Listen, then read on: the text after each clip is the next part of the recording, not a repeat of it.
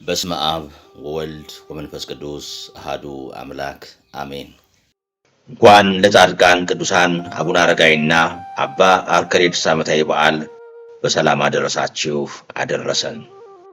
አቡነ አረጋዊ ዘደብረ ዳሞ ጻድቁ ገድላቸውን የፈጸሙት በኢትዮጵያ ቢሆንም ሀገረ ሙላዳቸው የጥንቱ የሮም ግዛት በሆነችው ታናሽ እስያ ናት። አቡነ አረጋዊ ከዘጠኙ ወይም ከሰዓቱ ቅዱሳን አንዱ ናቸው። ዘጠኙ ቅዱሳን ተወልደው ያደጉት ምንም በአንድ የሮም ግዛት ስር ቢሆንም መነሻ ቦታቸው ግን የተለያየ ነው። ሁሉንም አንድ ያደረጋቸው መንፈስ ቅዱስ በኪነ ጥበቡ ነው። በምክንያት ደረጃ እንግለጸው ከተባለ ደግሞ የአንድነታቸው ምስጢር የቀና ሃይማኖታቸው ተዋህዶ ዓላማ የእግዚአብሔር መንግስትና ገዳማዊ ሕይወት ነው። አቡነ አረጋዊ ጨምሮ ሁሉም ቅዱሳን ዘራቸው ከቤተ መንግስት ነው። እነርሱ ግን ምድራዊውን ክብር ንቀው ሰማያዊውን ክብር ገንዘብ ማድረግ መርጠዋል። አስቀድመው ቅዱሳት መጻሕፍትን ያጠኑት አበው በተለያየ ጊዜ እየመነኑ ከሮም ግዛት ወደ ግብጽ በረሃዎች ወርደዋል። በምናኔ ቅድሚያውን አባ ጰንጠሌዎንና አቡነ አረጋዊ ይዛሉ። ዘመኑ የተዋሕዶ አማኞች የሚሰደዱበት አምስተኛው መቶ ክፍለ ዘመን ነበርና እምነትን ላለመለወጥ ዘጠኙ ቅዱሳን ስደትን መረጡ። በወቅቱ ደግሞ ለስደት መጠለያ የምትሆንና ከኢትዮጵያ የተሻለች ሀገር አልነበረችም። ስለዚህም በ470ዎቹ ዓመተ ምህረት አልአሜዳ በኢትዮጵያ ነግሶ ሳለ ቅዱሳኑ በአረጋዊ መሪነት መጡ። ንጉሱም ሲጀመር የእግዚአብሔር እንግዳ ስለሆኑ ሲቀጥል ደግሞ ቅድስናቸውን ተመልክቶ መልካም አቀባበልን አደረገላቸው። ማረፊያ ትሆናቸውም ዘንድ አክሱም ውስጥ አንዲት ቦታን ወስኖ ሰጣቸው። ይህች ቦታ ቤተ ቀጢን ትባላለች። አቡነ አረጋዊና 8ቱ ቅዱሳን ወደ ሀገራችን እንደገቡ የመጀመሪያ ስራቸው ቋንቋን መማር ነበር። ልሳነ ግዕዝ ተምረው አክሱም አካባቢ ስራቸውን አንዳሉ።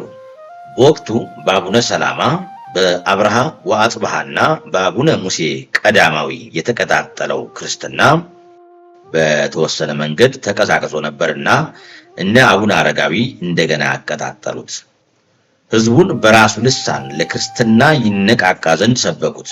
የካደውን እየመለሱ የቀሰቀዘውን እያሟሟቁ ለዓመታት ወንጌልን ሰበኩ። ቀጣዩ ስራቸው ደግሞ መጻሕፍትን መተርጎም ሆነ። ከሀገራቸው ያመጧቸውን ቅዱሳት መጻሕፍት ተከፋፍለው ወደ ግዕዝ ልሳን ተረጎሟቸው። በዚህም ለሀገራችን ትልቁን ውለታ ዋሉ። ይህ ሁሉ ሲሆን እነ አቡነ አረጋዊ የሚመገቡትም ሆነ የሚጸልዩት በማህበር ነበረ። በመካከላቸውም ፍጹም ፍቅር ነበር። ጸጋ እግዚአብሔር አልተለያቸውም። የነ አቡነ አረጋዊ ቀጣዩ ተግባራቸው ደግሞ ገዳማዊ ሕይወትን ማስፋፋት ሆነ። ይህንን ለማድረግ ግን የግድ መለያየት አስፈለጋቸው። እያንዳንዱም መንፈስ ቅዱስ ወደ መራው ቦታ ሄደ። አባ ጰንጠሌዎን በጾማዕት፣ አባ ገሪማ በመደራ፣ አባ ሊቃኖስ በቆናጽል፣ አባ ይምዓታ በገርአልታ፣ አባ ጽህማ በጸዲያ፣ ሌሎችም በሌላ ቦታ ገዳማትን መሰረቱ።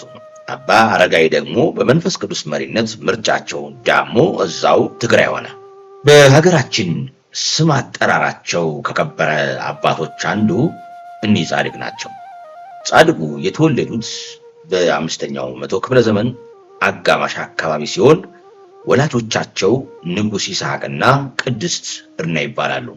የተወለዱበት አካባቢም ሮም ነው። ስማቸው ብዙ አይነት ነው። ወላጆቻቸው ዘሚካኤል ሲሏቸው በበረሃ ገብረ አምላክ ተብለዋል። በኢትዮጵያ ደግሞ አረጋዊ ይባላሉ። አቡነ አረጋዊ ምንም የንጉሥ ልጅ ቢሆኑም በልጅነታቸው መጻሕፍትን ተምረው ነበርና ጠፍተው ገዳም ገቡ። በዚያም በገዳመ ዳውናስ ወይም ግብጽ የታላቁ ቅዱስ ጳኩሚስ ደቀ መዝሙር ሆነው ከአባ ቴዎድሮስ ጋር ሥርዓተ መነኮሳትን ተምረዋል። ከመነኮሱ ከዓመታት በኋላም ወደ ሀገራቸው ሮም ተመልሰው በማስተማር 7 ያህል የቤተ መንግሥት ሰዎችን ወደ ምናኔ ማርከዋል። የት ልሂድ ብለው ሲያስቡም ቅዱስ መልአክ በክንፉ ጭኖ ወስዶ ኢትዮጵያ አሳያቸው። ተመልሰውም ለ8 ባልንጀሮቻቸው ሀገርስ ባሳዩአችሁ ሐዋርያ ሳያስተምራት በሕጉ በሥርዓቱ ጸንታ የምትኖር ብለው ከ8ቱ ጋር ወደ ኢትዮጵያ መጡ።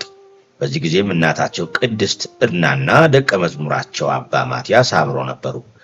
ወደ ሀገራችን የመጡ በ470ዎቹ አካባቢ ሲሆን አልአሜዳ በክብር ተቀብሏቸዋል።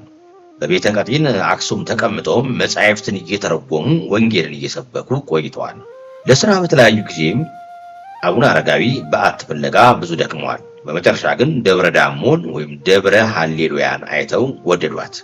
የሚወጡበት ቢያጡም ጅራቱ 60 ክንድ የሚያህል ዘንዶ ተሸክሞ ከላይ አድርሷቸዋል። እንደወጡም ሃሌሉያ ለአብ፣ ሃሌሉያ ለወልድ፣ ሃሌሉያ ለመንፈስ ቅዱስ ብለው ቢያመሰግኑ ከሰማይ ህብስት ወርዶላቸው ተመግበዋል። በዚህም ቦታዋ ደብረ ሃሌሉያ ተብላለች። ጻድቁ ቦታውን ከገደሙ በኋላ ከተለያየ ቦታ መጥተው 6000 ያህል ሰዎች በእጃቸው መንኩሰዋል። ምናኔን በማስፋፋታቸውና ስርዓቱን በማስተማራቸውም አቡፎሙ ለመነኮሳት ዘኢትዮጵያ የኢትዮጵያ መነኮሳት አባት ይባላሉ። አቡነ አረጋዊ በሕይወታቸው ከተጋድሎ ባሻገር በወንጌል አገልግሎትና መጻሕፍትንም በማዘጋጀትም ደክመዋል። ቅዱስ ያሬድና አፄ ገብረ መስቀልም ወዳጆቻቸው ነበሩ። በተራራው ግርጌ ያለችውን ኪዳነ ምሕረትን ለሴቶች ሲገድሟት ቀዳሚዋ መነኮስ እናታቸው ንግሥት ዕድና ሆናለች።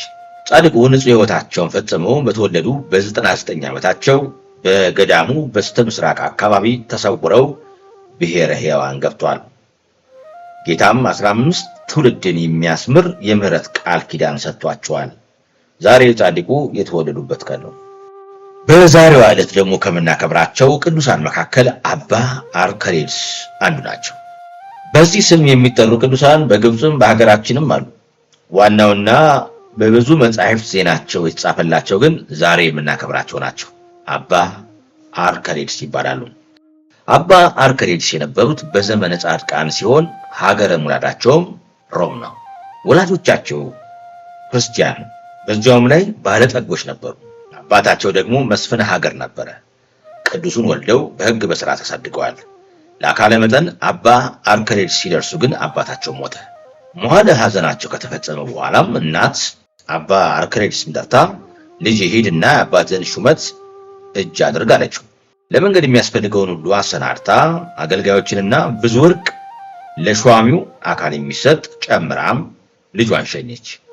ቅዱስ አርከሌድስም ከእናታቸው ተለይተው በአገልጋዮች ተከበው ወደ መርከብ ገቡ። በባህር መካከል ግን ታላቅ ማዕበል ተነስቶ መርከቡን በታተነው። በመርከቡ የነበረው ሰው ሁሉ ሲያልቅ አባ አርከሌድስ ግን በስባሪ ላይ ተንጠልጥለው ተረፉ።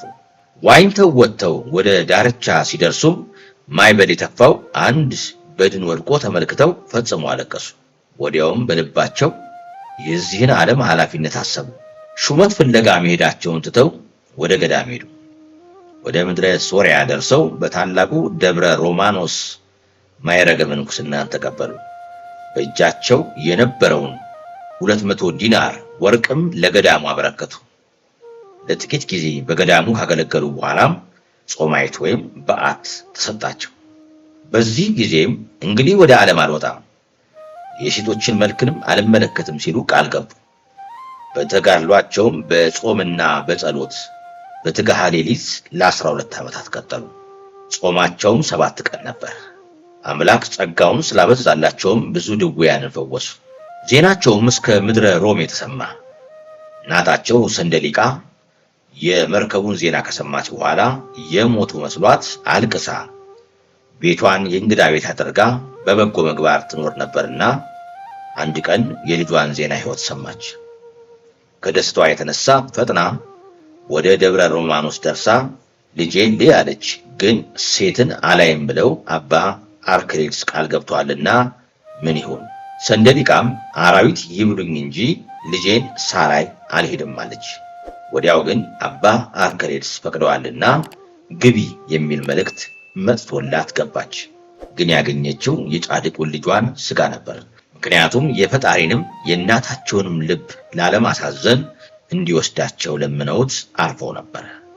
እናትም በልጇ ሥጋ ላይ እያለቀሰች እዚሁ አረፈች።